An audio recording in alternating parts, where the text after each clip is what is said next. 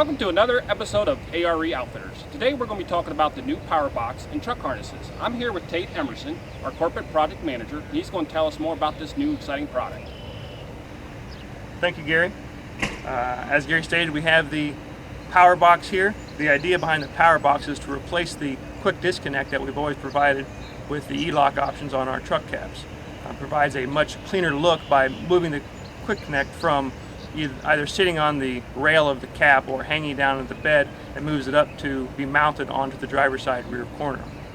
You can see here that we have the part number printed on the bottom, 21750, and we have two holes for mounting the power box. It's either going to be screwed in or riveted into the rear doors. And then also on the side we have the arrows to indicate how to open and close the power box. You can see you move it back and then up. And that can be done with the wires installed on either end as well. Coming standard on all caps with E-lock is the power box along with a 30-foot 5-wire harness. This harness is going to provide all the electrical connections for 12-volt lighting, the third brake light, and the E-lock. The harness comes with battery terminals and a 10-amp fuse, as well as completing the wire color coding that we've been working on for a few months now.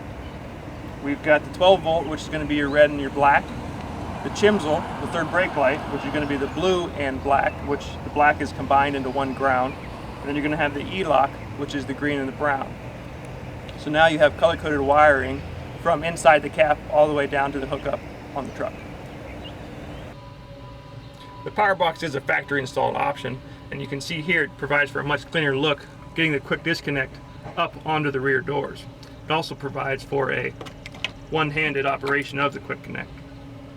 I'll pull the cover off, and you can see this is how it's going to show up to your dealer shop. We have our production associates are utilizing the color-coded wires to match up with the color-coded stickers on the push-button terminal block to make sure that everything is hooked up properly prior to it showing up with you.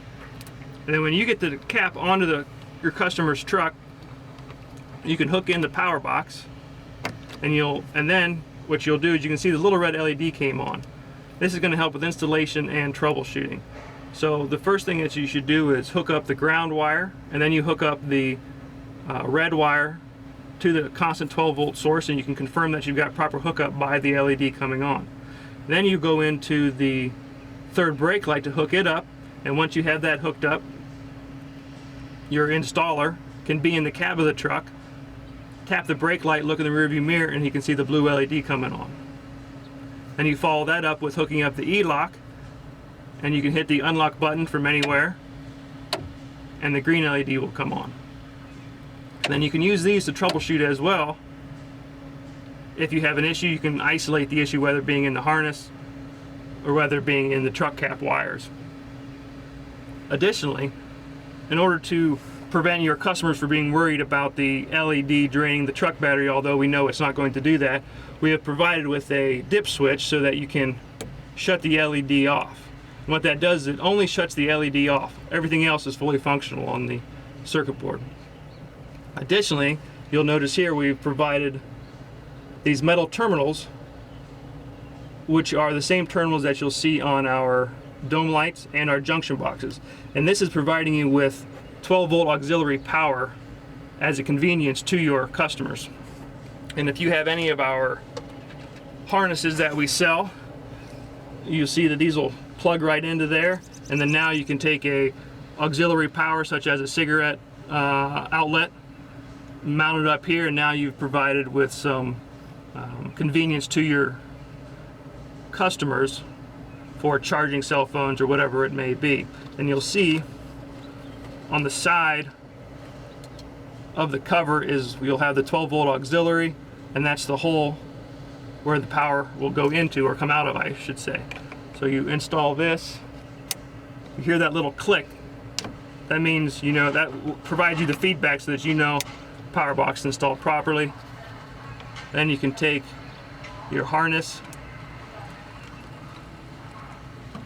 plug it in, and now you can hook up an auxiliary outlet. power.